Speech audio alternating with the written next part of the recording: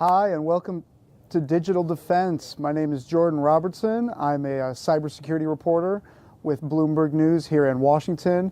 And this is our weekly webcast focused on cybersecurity issues. And today we're going to be talking about, what else? The election hack. It was a big day in that subject. And, with the top intelligence chiefs testifying in front of Congress about Russia's involvement in the hacks.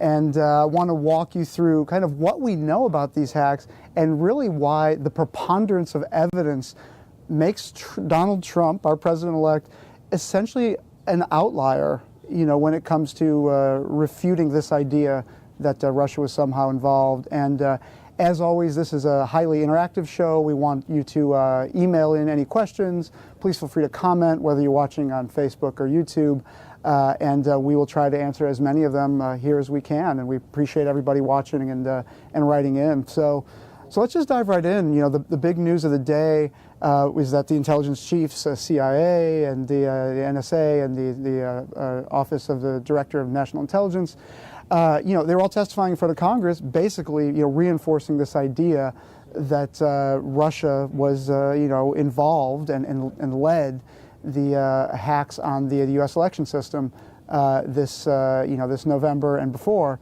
And, really the significance of that is there's a lot of public information out there that supports this idea. Clearly the intelligence community will have, private, classified and confidential information, about these attacks.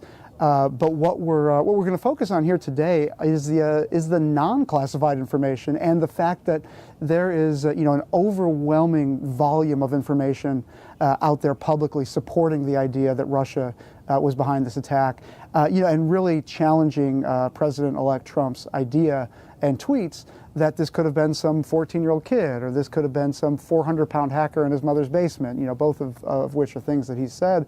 And we had an interesting thing happen this week. There's a cybersecurity researcher named Matt Tate who was on Twitter and really delivered one of the most effective kind of takedowns of this argument that I've seen, that it could have been some random kid in his basement. And I want to walk you through a few of the things that Matt laid out in his Twitter posts that really resonated with me as really, crystallizing the idea of what we know publicly and why that's so illustrative of how this could have been, Russian hackers. And, one of the first things I wanted to walk you through was this slide here.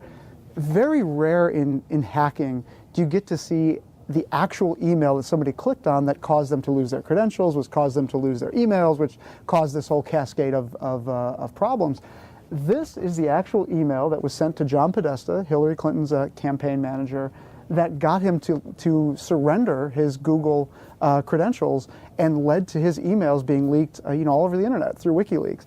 This is it, and what you'll see is it was again. This is from Matt Tate's tweet storm. This is from the WikiLeaks archive itself. This data is in there. When they released his emails, they also released the email that got him to be hacked in the first place. And this is kind of your standard, Google alert to you that there's something wrong with your account. Someone just used your password. Here are the details. This is, the location is Ukraine. Here's the IP address. This was added later. All that John saw was this change password, button, which led to this Bitly link. He didn't see any of this. This looks, it's not a terribly alarming email in terms of there's not a lot of flares going up that this is fraudulent. But more importantly, so this is a convincing screen.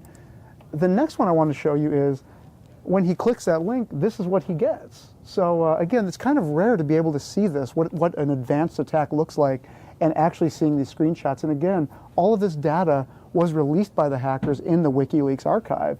And again, the cybersecurity researcher kind of recreated a lot of this stuff. This is a pretty convincing page. And what the attackers were doing is they were using automated tools to kind of automatically populate these pages. They were hacking thousands of people at once, including him. And what they did was whoever clicked the link, they knew who those people were, and they would auto-populate these pages, this kind of very convincing Google login page with his picture and with his real Gmail account. And the goal is to get him to sign in here and surrender his password, thinking that he's doing something for his own security. Now again, if you look at this screen, this looks pretty good. This looks like the kind of screen that you might log into. The only thing that you'll see that will set this off as being a fraudulent page is the domain name, .tk. Obviously Google is a .com. This is not that. But if you look at the other conventions here, the naming conventions, you know, myaccount.google.com, like it all kind of looks pretty authentic. So this is the first stage of these attacks. And as you can tell, the point of this is these are pretty convincing. A lot of people might fall for this. One of the things that I thought that was funny that Matt did was, you know, he really took aim at this idea that, you know, these attackers were, you know, again, 14-year-old kids, you know, in their mother's basement. These are the targets of this attacking group.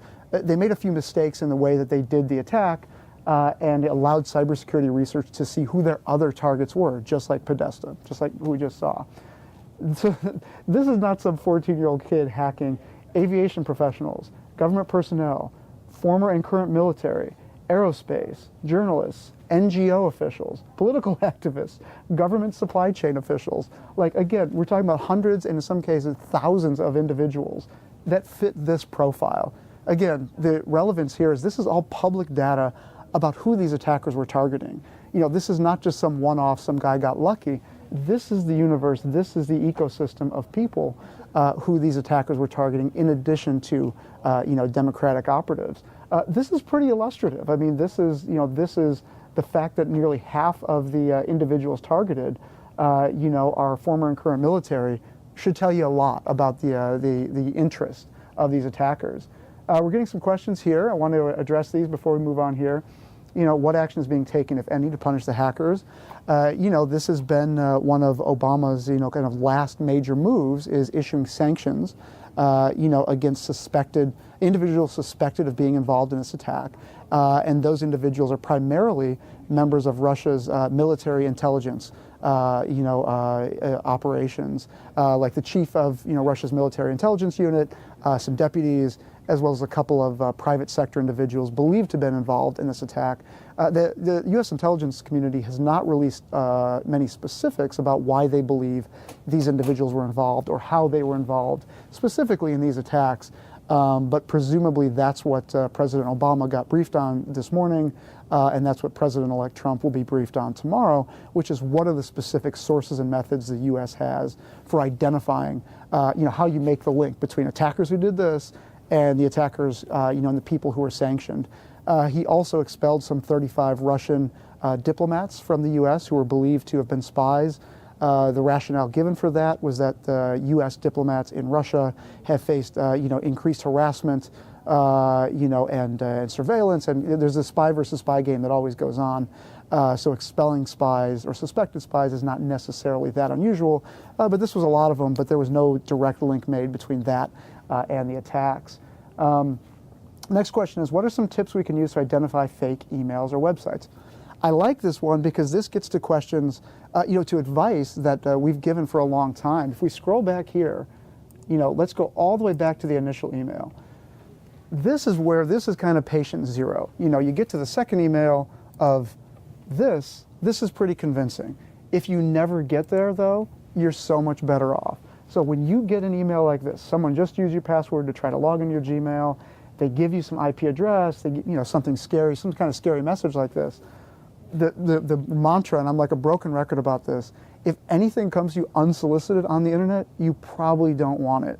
You know, somebody offering you a prize, somebody offering you a gift card, even somebody apparently telling you somebody's trying to hack your Gmail account. So my advice is if you get an email like this, you know, you may want to take it seriously if it's convincing enough like this would be, but then don't click on the link. Just don't click the link. Just go to Google on your own, type in google.com, Gmail, wherever you're going, log in, you know, on your own, and change your password that way. Just don't click links. You can use it as a data point to investigate further, but just don't go past here. And that's kind of the main advice, because everything that happens from that, you know, hackers are really skilled at getting you to give up your passwords, give up your credit card numbers and things like that once they convince you to click this first link. The click-through rates, once somebody falls for this first kind of trap, are very high. So just don't click the link the first time and you'll be a lot better off. And also, I can't stress this enough, turn on two-factor authentication. So these are text message alerts that you get to your phone that tell you anytime somebody's going to trying to log into your account. John Podesta clearly did not have that, because if he did, he would have gotten an alert to his phone, hey, somebody's trying to log into your Gmail account. Here's the special code you need. He didn't get that. All he got was this email. He clicked it. He surrendered his password, and that was that. So those two things, nothing unsolicited. Don't click on it, and turn on two-factor authentication. Next question here is this hack ongoing, and are we still at risk? Another question that I like, because the fact of the matter was, after the DNC hackers were outed, prior to the election, they went on another blitz of hacking. It was not enough to say, it's not enough if you come home and you spot a burglar in your home and that burglar runs away. It'd be like if that burglar went and just robbed all of your neighbors' homes right after that. So what happened was the attackers were outed in the DNC hack, and cybersecurity researchers almost immediately saw a blitz of further attacks against congressmen, against other government officials, using this kind of same approach, the same attack infrastructure, the same software in many cases. And the interpretation among some of them was that these guys knew that their window of opportunity was closing, and they were trying to take advantage of this attack infrastructure they've built up. But in answer to the question, the answer here is this was effective. We're having congressional hearings about it. We've got the president and the president-elect discussing this, and there are sanctions issued. There were diplomats expelled. Why would you stop something that's been this effective? And the fact of the matter is, not everybody's going to turn on two-factor authentication. People are going to click on links that are unsolicited to them. So these hacks are effective, and they're not going to stop for that reason. Next question is, what sort of malware could have helped system recognize this was an attack? So I think what the question is saying is, what sort of antivirus software, what sort of security software might have helped John Podesta's system recognize this was an attack?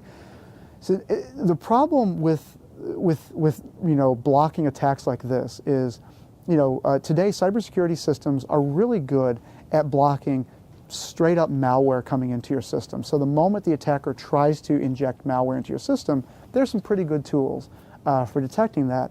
The problem is when it's something like this and you give up your credential, it's a phishing email. They were able to dupe your email provider into delivering this message, which is not that hard. And you click on that and you give up your password. The next time somebody tries to log into your account as there's not a whole lot that any security software can do to block that access. So in terms of what kind of security software would protect somebody like Podesta against this attack, the answer is there isn't a lot. After that, in terms of if somebody tries to install malware on his personal computer, there are tools for that. But that wasn't the damaging part about this. The lesson really is, don't get past the first link. Don't click the first link, and you don't need to worry about a ton after that. Next question here. I like all the questions. Thanks very much for submitting them. Keep them coming. Did the NSA come out and verify that the other people in this attack were attacked by Russian hackers as well? Yeah, the intelligence community has basically affirmed that this universe of attacks that we're talking about here, and we'll scroll back here, that this is this same Russian threat actor group. There's a caveat there that, as with the U.S. to some degree, but especially in Russia, the use of third parties to do government work, kind of government contract hacking work, is a pretty big deal. It happens a lot.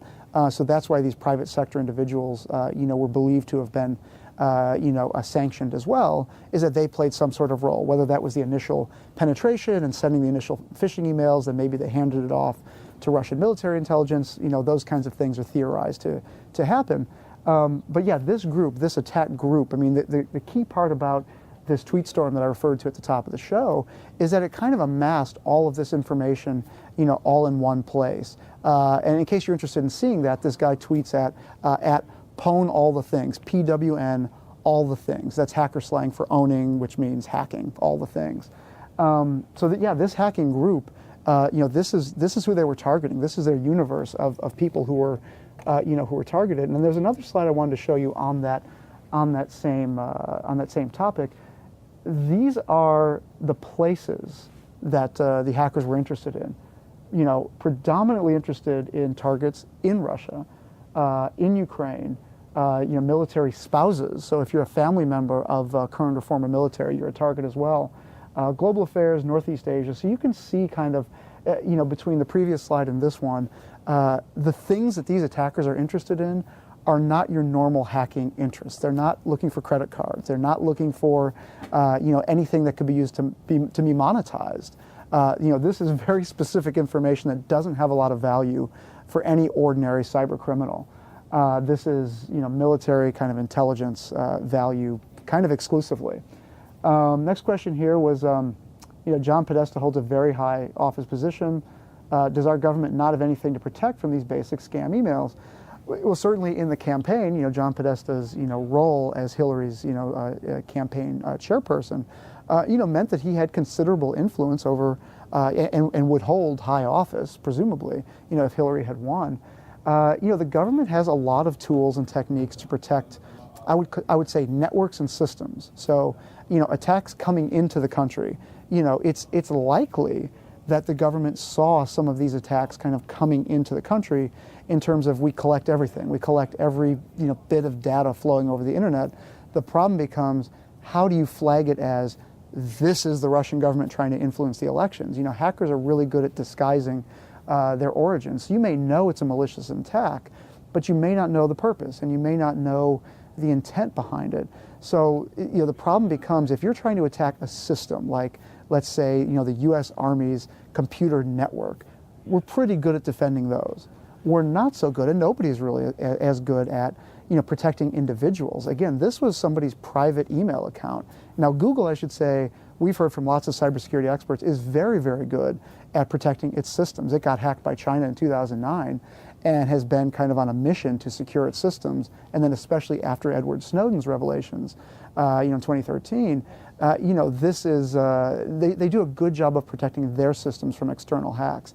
There's not a lot you can do when what you're talking about is individuals surrendering credentials. Like, I will sound like a broken record if you watch this show with any regularity.